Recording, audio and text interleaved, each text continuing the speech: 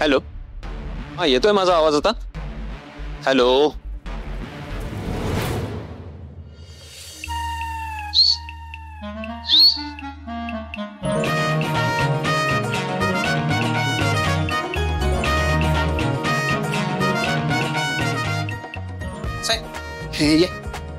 ये की तुम्हाला तुमच्या जा बाबा. ये राणी राणी या, चल लवकर. हळूहळू ये. हा.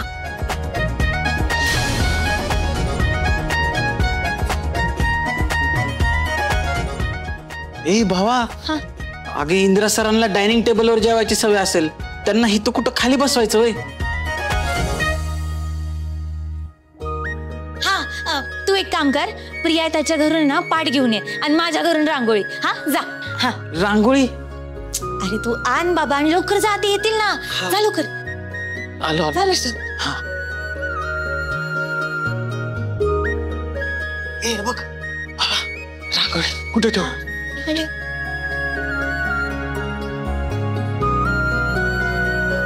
तू लक्ष ठेव, बाहेर कोण येतंय का? हा.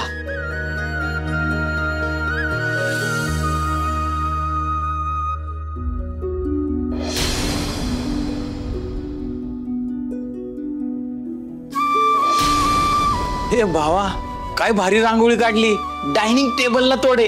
हा, ताट दे.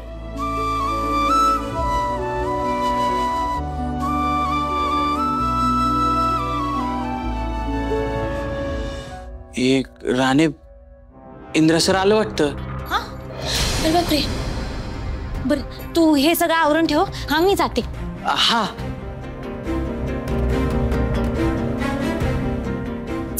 सगळं सांभाळून घे, ठीक आहे? मी जाते. हा, तू टेन्शन घेऊ नको, मी आहे. हो हो.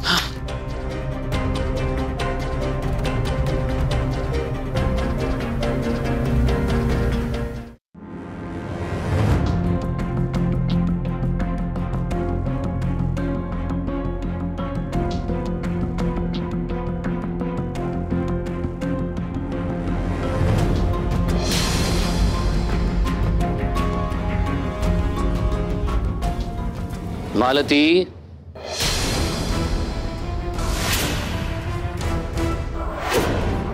काय लपवत आहे पत्राखाली?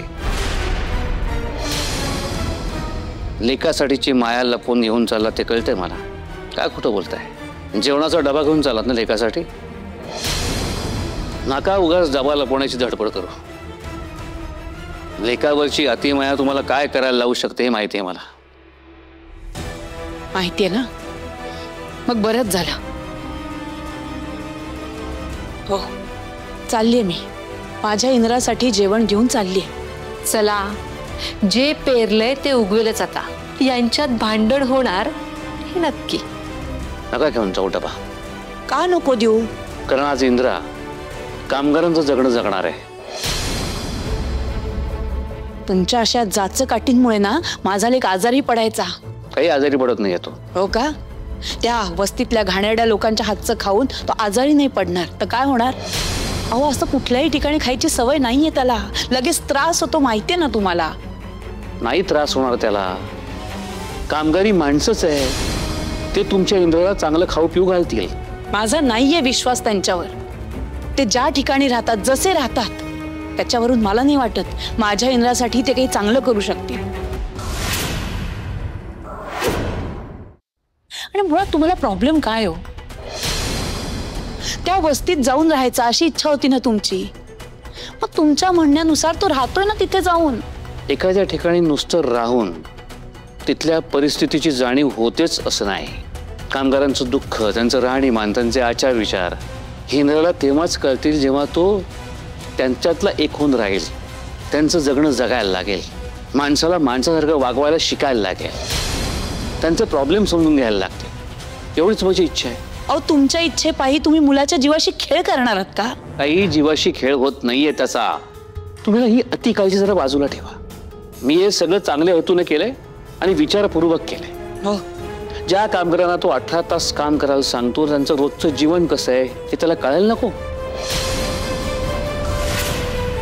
स्वतः मात्र 18 तास काम करून आल्यावरती तो एसी मध्ये झोपतो. त्याला सगळ्या गोष्टी आयत्या हातात मिळतात. तुम्ही त्याला लहान मुलासारखं जेवण भरवता. पण 18 तास काम केल्यानंतर कामगारांच्या मागचा व्याप मात्र संपत नाही. जमेल ते खातात, जमेल तेव्हा झोपतात. त्याला या सगळ्या गोष्टी कळायला हव्यात. मुळात त्याला त्यांचं जगणं कळलं ना तर त्याला हेही कळेल की आपण त्याला जे देतोय ना त्याची किंमत काय. हे जे घर घाण टाकतो ना तो त्याचं मूल काय. अच्छा, म्हणजे आता आपल्या मुलापेक्षा तुम्हाला या आयुष्य आरामाचं जास्त मोल आहे. तुम्ही दरवेळेला वेगळाच अर्थ काढता का हो? मला खरंच कधी कधी कळत नाही. उलट मला कळत नाहीये पोटच्या पोराला त्रास देऊन तुम्हाला काय मिळतंय. त्याला मी काही त्रास वगैरे देत नाहीये. आगीत तावून सुळाकून निघाल्याशिवाय सोन्याला सुद्धा झाडाळी येत नाही. हो, त्या वस्तीत जाऊन त्यांनी तावून सुलाखून निघायची तयारी दाखवली आहे. पण मला त्याच्या आईला हे मान्य नाहीये. तिच्या मुलांनी असं आगीतून जाऊन परीक्षा वगैरे द्यावी. हे बघा, तुमच्या या अशा वागण्यानं तो बस, मला ना आता कोणाचं काहीच ऐकून घ्यायचं नाही. मी माझ्या लेकासाठी हे जेवण तिकडे नेऊन देणारे म्हणजे देणारे. तुमच्या हट्टापायी त्या दळभद्री वस्तीत जाऊन राहतोय ना ते पुरेसं आहे. पण तिथलं तो खाणार नाही. तो आता खाईल तर फक्त माझ्या हातचंच. तुम्ही अति काळजी करताय. ऐका मला ती आई आहो, आई थांबा. जया अति लाडामुळे इंद्र आणखीन बिघडेल. माणूस म्हणून आणखीन असंवेदनशील होईल. कसं कळतंय तुम्हाला? सर जेवण रेडी आहे सर. जेवण नक्कीच राणीनं बनवलेलं असेल जेवण. आता ही खाऊन इंद्रा सर आणि केटी सर दोघांची बी वाट लागेल आणि मग राणीची बी वाट लागेल. सर चला की आत. चला चला. किती यस सर.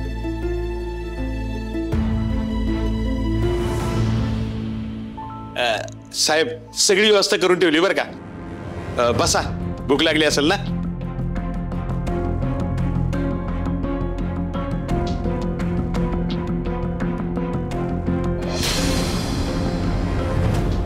देवा, इंद्रा सर जेवायच्या आधी मालती मॅडम नको येऊ देत. तसं झालं तर फार बरं होईल. सर मी बनवलंय जेवण, तुम्हाला लय आवडेल. तुम्ही पार हात बोट ताट वाट्या जिबळ्या चाट तुम्हाला आवडेल सर. करा की सुरुवात सर.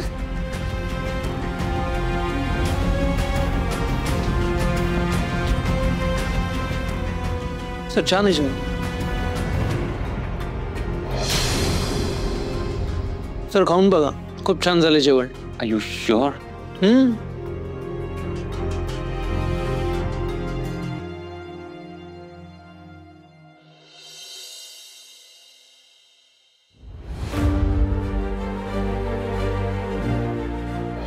यांना आवडलं का काय जेवण?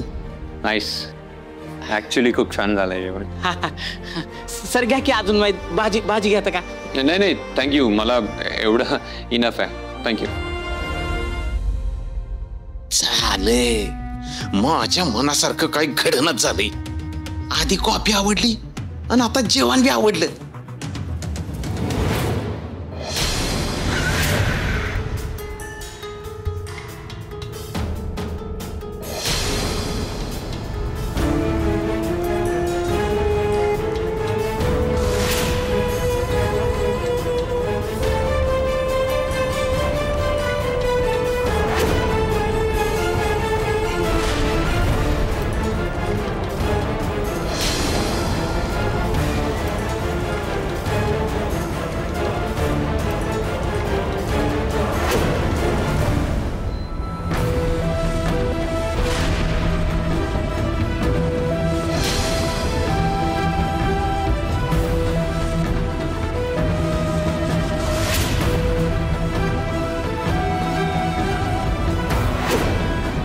वा वा वा, आता खरी मजा येणार.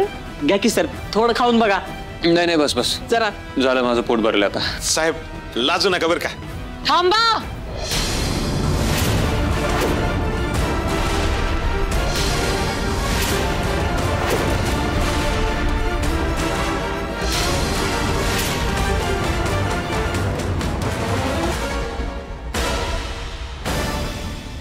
बाईसाहेब तुम्ही काय चाललंय हे? कोणी दिलं माझ्या इंद्राला हे जेवण?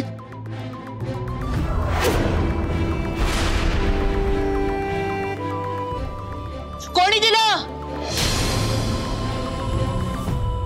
केट्यावर मी निरोप दिला होता ना तुम्हाला, आणि हे काय तुम्ही स्वतः जेवण करायला बसलात? तुम्हाला सांगितलं होतं ना आई स्वतः डबा घेऊन येतात इंद्रा भाऊजींसाठी म्हणून. केटी, निरोप मिळाला होता ना तुम्हाला मी इथे येणारे डबा घेऊन?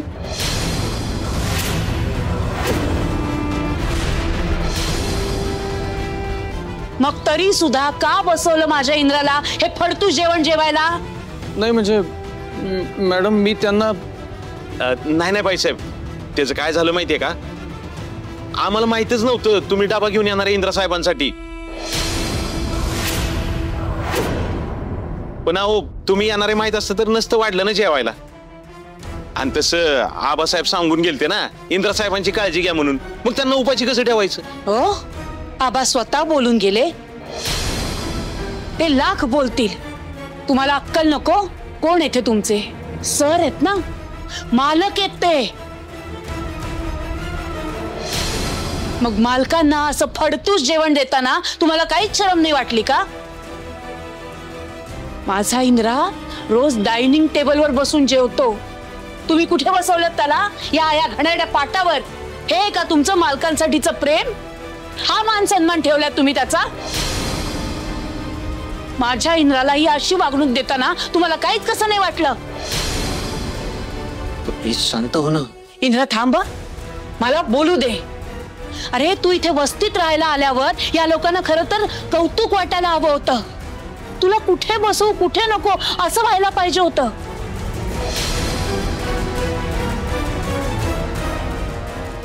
तुला चांगल्या सोयी सुविधा कशा मिळतील हे बघायला पाहिजे होतं या सगळ्यांनी.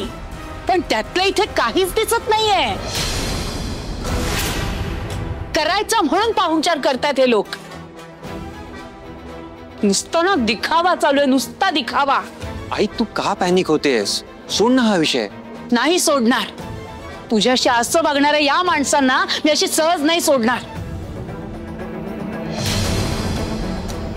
अरे काय वाढलंय हे? याला काय जेवण म्हणतात? मुळात कोणी बनवलंय जेवण? हा, कोणी बनवलंय जेवण? बाईसाहेब माझ्या घरनं आलं तर. अरे काजळ, कशाला खोटं बोलतो? तुझ्या घरनं कुठं आलं जेवण? हा बाईसाहेब खोटं बोलतोय यो, आणि खोटं बोलताना जीभ झडत नाही रे तुमची. बाईसाहेबांसोबत खोटं बोलतोय? बाईसाहेब मी तुम्हाला सांगतो, दुसरं कुठं नाही आलं जेवण, राणीनंच बनवलंय जेवण.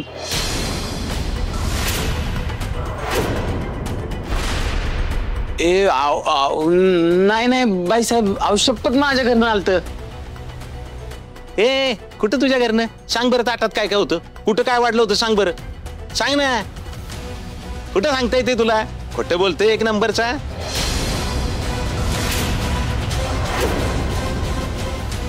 बरोबर बोलतोय गजा. मुळात ना हे सगळं तुझं डोकं नसणारच आहे. हा आगाऊपणा ती राणीच करू शकते. हा बाईसाहेब तिचंच डोकं आहे, मी सांगतो ना तुम्हाला, तिनंच बनवलंय जेवण. बघा जाऊ बघ ती पडते. ए राणी ये बाहेर, ये बाहेर, बाईसाहेबांसमोर सांग आता. ओ बुवा कुठे गेलाय? या बाहेर. तुमच्या पुरीने परत एकदा खाल्ली माती. या इकडे. बाईसाहेब नुसतं जेवण नाही, आल्या आल्या कॉफी पण पाजली साहेबांना.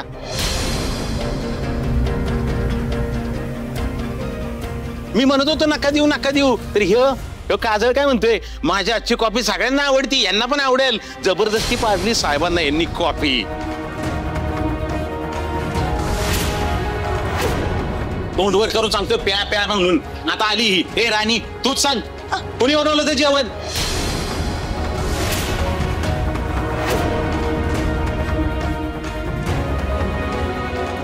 तू जेवण बनवलं होतंस?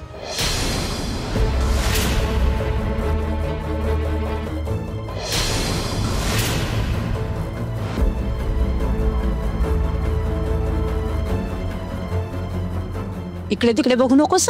हे काय विचारते ना ते सांग. जेवण तू बनवलं होतंस?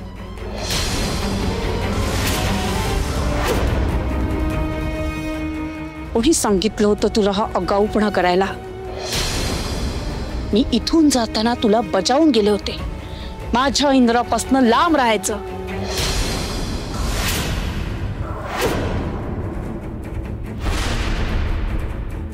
मग तरी तुझी हिम्मत कशी झाली त्याच्यासाठी जेवण बनवायची?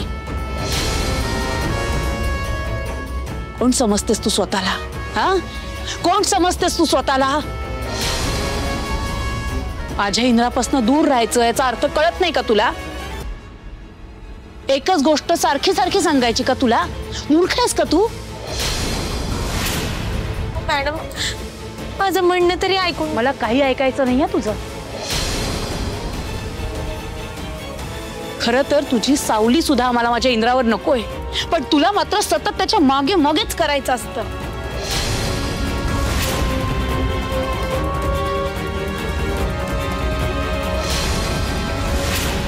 त्याला सतत त्रास कसा होईल ना यासाठी धडपडायचं असतं तुला. तुमच्या त्या घाणेरड्या घरात तू जेवण बनवलं, त्या घाणेरड्या ताटात त्याला जेवायला वाढलंस. हे करताना काय लाज विकली होतीस तू?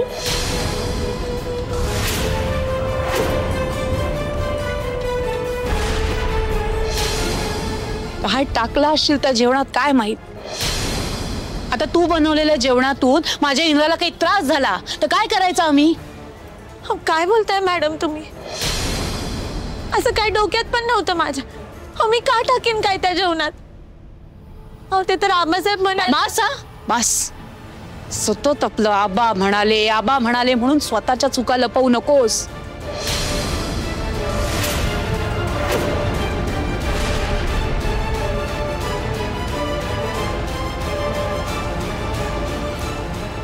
खरं तर तू तुझी पायरी ओळखून वागायला हवं, पण नाही. तुला कितीही वेळा सांगितलं ना तरी तुझ्यात सुधारण्याची इच्छाच नाहीये. पण आता बास झालं. आता मी तुला शेवटचं सांगते, माझ्या इंद्रावर खूप जीव आहे आणि त्याच्या बाबतीत मी कुठलाही धोका पत्करू शकत नाही.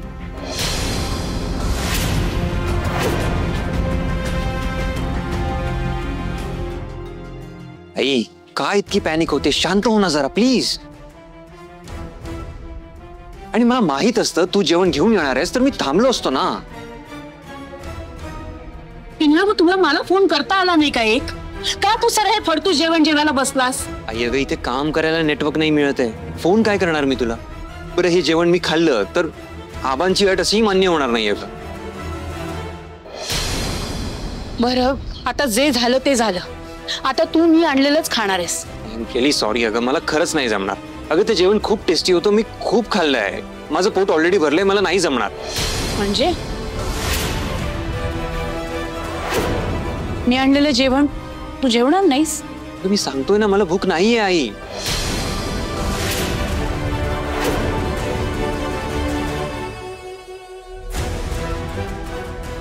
मग हे कोण खाणार आहे? यात सगळं तुझ्या आवडीचं बनवून आणलंय. अरे किती प्रेमाने बनवलं मी हे सगळं, आणि आता तू खाणारच नाही म्हणतोस? नाही, मी ऑलरेडी खूप जास्त जेवलोय. अजून खाल्लं तर मलाच त्रास होईल ना. आणि ते कुठे वाया जाणार आहे? खाईल ना कोणी ना कोणी.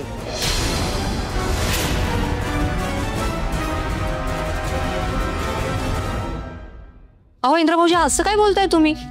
आईंनी तुमच्यासाठी एवढं प्रेमाने जेवण बनवून आणलंय आणि तुम्ही कोणीतरी दुसरं खाईल असं म्हणताय?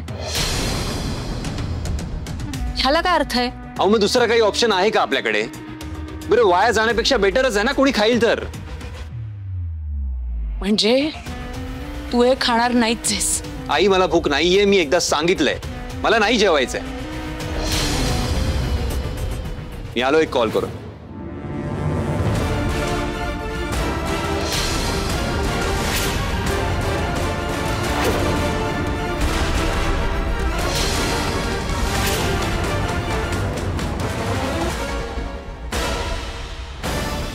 आई, अहो तुम्ही कशाला त्रास करून घेताय?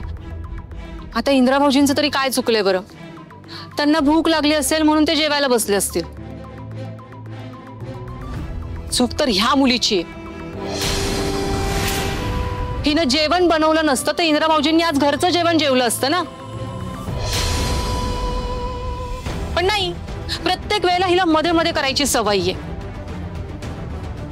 आता इंद्रा भाऊजींच्या मनामध्ये जागा निर्माण करायची असेल, मी किती चांगली हे दाखवायचं असेल, म्हणून हा सगळा घाट घातलाय मुलीनं. उर्मिला बाईसाहेब, अहो तुम्ही कुठला विषय कुठे घेऊन चाललाय? काय चुकीचं बोलते ती? हे सगळं ना तुमच्या मुलीमुळेच घडतंय. कोणी सांगितलं होतं हिला आगाऊपणा करायला? बोल ना. आणि काय हो, तुम्ही आई आहात ना तिच्या? मग एखाद्या माणसाच्या सतत पुढे पुढे करायचं नसतं, हे तुमच्या पोरीला शिकवता येत नाही का तुम्हाला?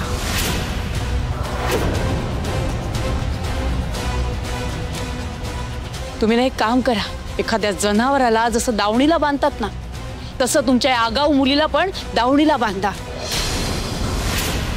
म्हणजे तिच्या मनाला वाटेल ते ती करणार नाही.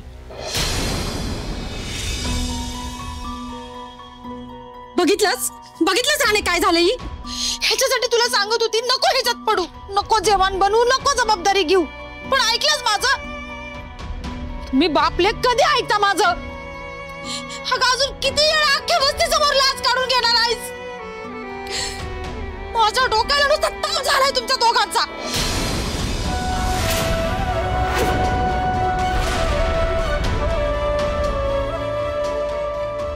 मला तर असं झालंय ना की कधी एकदा तुझं लगीन करतीया, माझी तरी सुटीन मी या सगळ्यात.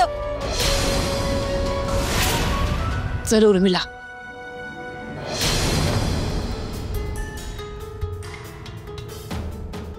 बस तुझ्यामुळे पहिल्यांदा माझ्या मुलांनी माझ्या हातचं खाल्लं नाहीये, हे लक्षात ठेवीन मी.